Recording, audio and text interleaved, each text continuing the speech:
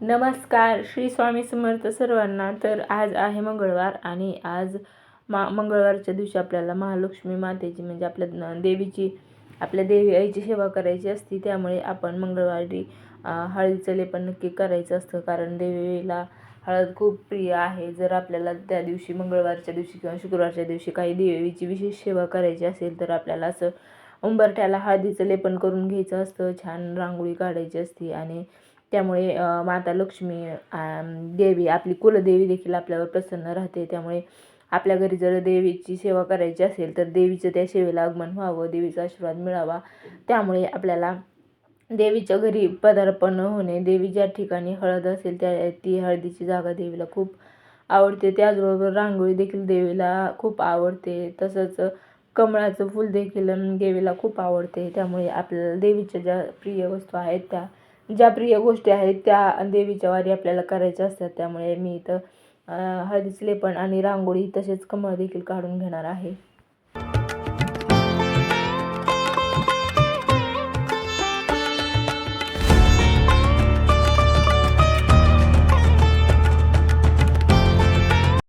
दर मंगळवारी आपल्याला आपल्या कुलदेवीची सेवा करायची असते. तर कुलदेवीची सेवा केल्यामुळे आपल्या घरावर तिची कृपा कायम राहते आणि आपल्या घरामध्ये धनधान्याची आणि पैशाची कधीही कमी पडत नाही. तसेच सुखशांती नांदते, घरामध्ये बरकत येते. त्यामुळे आपल्याला दर मंगळवारी आपल्या कुलदेवीची सेवा करायची असते. आपल्याला देवी महात्म्य किंवा मग देवी स्तोत्र वाचायचे असतात. जसं आपल्याला जेवढं जमेल तेवढी आपल्याला सेवा करायची असते. तर सेवा करण्यामध्ये सेवा विशेष काय असेल तर ज्या देवी महात्म्याच्या पुस्तकामध्ये ज्या सेवा दिल्या आहेत त्या आपल्याला करायच्या असतात. त्याचबरोबर आपल्याला जर काही विशेष सेवा करायची असेल तर त्याची देखील तयारी अशा प्रकारे करायची असते.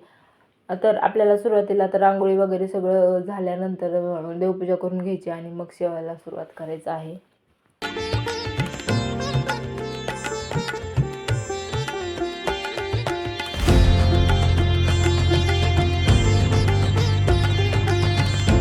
देवी कमळाच्या फुलात बसलेली असते, त्यामुळे महालक्ष्मीला कमळ अत्यंत प्रिय आहे. सर्व देवीचे रूप एकच असतात. त्यामुळे आपल्याला देवीच्या पूजेमध्ये अवश्य करून माता लक्ष्मीच्या आसन म्हणून कमळाचं फूल काढायचं असतं. ज्या ठिकाणी कमळाचं फूल काढलं जातं त्या ठिकाणी देवीचा वास असतो. देवी त्या कमळाच्या फुलामध्ये विराजमान होत असते. म्हणून आपल्याला आपल्या घरात पूजेच्या ठिकाणी तसेच रांगोळीमध्ये देखील कमळाचं फूल काढायचं असतं. तर पूजा झालेली आहे. पूजा करून आता मी कुंचन सेवा करणार आहे. त्यासाठीची तयारी चालू आहे. कुंचन सेवेसाठी आपल्याला कुंचनचा सेट असतो तो लागतो आणि त्याबरोबर आपल्याला जे काही साहित्य लागतं कुंचनचं ते इथं घेतलं आहे.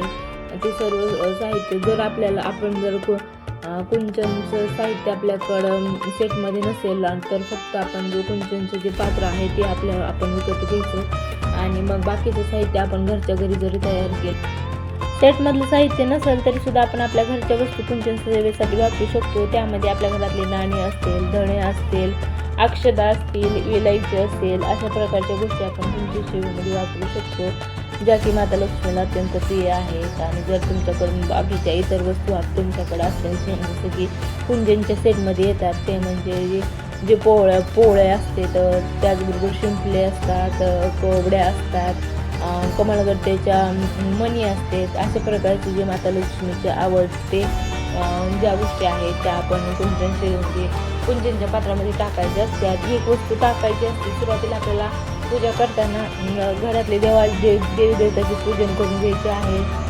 त्याचप्रमाणे गणपतीची पूजा या सेवेमध्ये मुख्य करून असते, कारण गणपतीच्या पूजेशिवाय कुठलीही पूजा आपली अपूर्ण असते. त्यामुळे सुरुवातीला गणपतीचं पूजन झालंच पाहिजे. गणपतीच्या पूजनासोबत इतर सगळ्या देवी देवताची महालक्ष्मीच्या मातेचं पूजन देखील झालं पाहिजे. चांगलं तर महादेवीच्या मूर्तीवर आपण अभिषेक केलेला तर अतिशय उत्तम असतो. त्यामुळे जेव्हा आपल्याला कुंचन सेवा करायची असते त्यावेळेस आपण आवर्जून माता लक्ष्मीला अभिषेक घालून घ्यायचा आणि मग तिला विराजमान करून आपण तिच्यासमोर कुंचन सेवा करायची असते. तर कुंचन सेवेसाठी आपल्याला प्रथम काय करायचं आहे तर कुंचनचं पात्र आहे ते कुंचनचं जे पात्र आहे ते घ्यायचं आहे. त्या पात्राची पूजा करून घ्यायची आहे आणि त्यानंतर मग आपल्याला साहित्य सगळं अगोदर तांदूळ वगैरे घेऊन ठेवायचे आहेत आणि ते पात्र आपल्याला एका तामणामध्ये त्याच्या खाली आपल्याला शिक्के ठेवायचे आहेत, काही नाणी ठेवायचे आहेत, 8 नाणी ठेवायचे आहेत आणि त्यानं आपल्याला अष्टदल कमळ काढून द्यायचं आहे.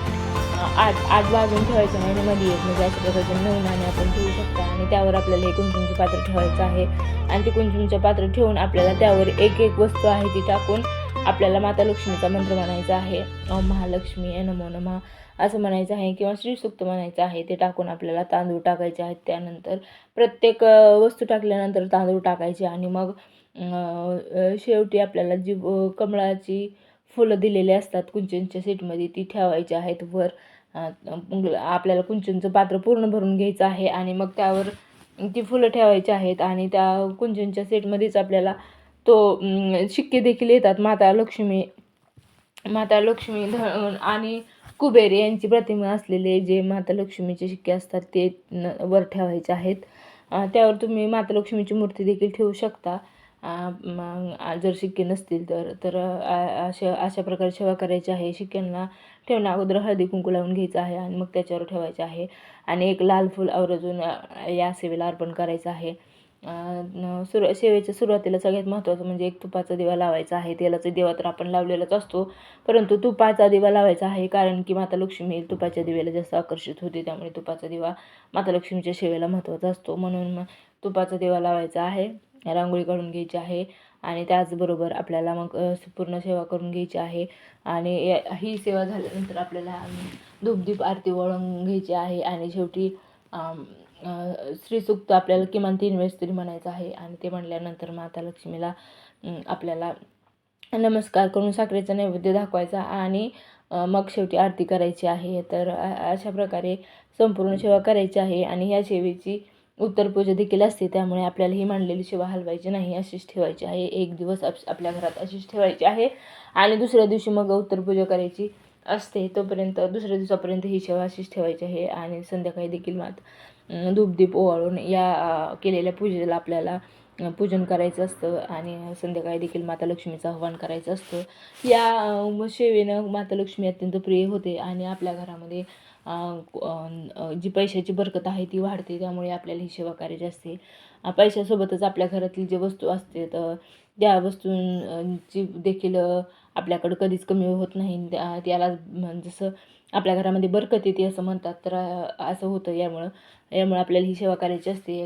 काही जण ही सेवा झाल्यानंतर या कुंचनमध्ये आपण ज्या भरलेल्या वस्तू आहेत त्या वस्तू सगळं आपल्याला एका लाल पोटलीमध्ये बांधून आपल्या पैशाच्या ठिकाणी ठेवायचे आहे. आपल्या पैशाच्या ज्या ठिकाणी आपली तिजोरी आहे किंवा ज्या ठिकाणी आपले सोनं किंवा मग आपण एका घरामध्ये एका ठिकाणी आपलं सोनं, आपले पैसे काहीतरी असतात त्या ठिकाणी आपल्याला या सगळ्या गोष्टी लाल पोटलीत बांधून आणि ते फूल देखील तसंच ठेवायचं आहे, जेणेकरून आपल्या घरी धनलाभ होईल आणि धनवृद्धी होईल. त्यासाठी आपल्याला ही आपल्या तिजोरीच्या ठिकाणी ठेवायचं आहे. या सेवेमुळे आपल्यावर जर कर्ज असेल तर ते देखील कमी होतं आणि आपल्याला पैशाचे जे मार्ग आहेत ते मोकळे होतात. त्याचबरोबर आपल्या घरामध्ये कधीच अन्नधान्याची टंचाई भासत नाही, कधीच कुठली गोष्टीची कमी नाही, आपल्या कामामध्ये यश येतं, सगळ्या गोष्टी आपल्या मनासारख्या होतात. ते यासाठी ही आपली सेवा असते. मुख्यत्वे करून पैशाची सेवा आहे ही.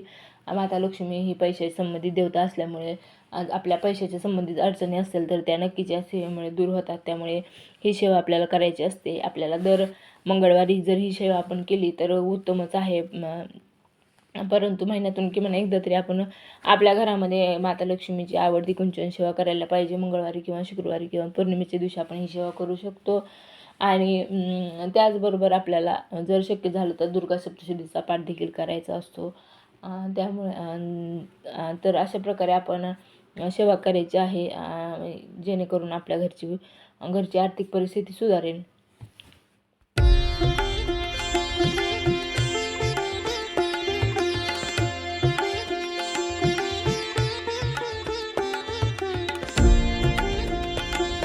तर अशा प्रकारे कुंचन सेवा करायची असते. तुम्हाला जर कुंचन सेवेचा व्हिडिओ आवडला असेल तर व्हिडिओला लाईक करा. माता लक्ष्मी तुमच्या सगळ्यांच्या घरी सुख समृद्धी आयुष्य आरोग्य सर्व काही व्हिडिओला लाईक करा. पुन्हा भेटूया अशाच एका नवीन व्हिडिओमध्ये. सर्व मंगल शिवसेवा नारायणी नमस्ते.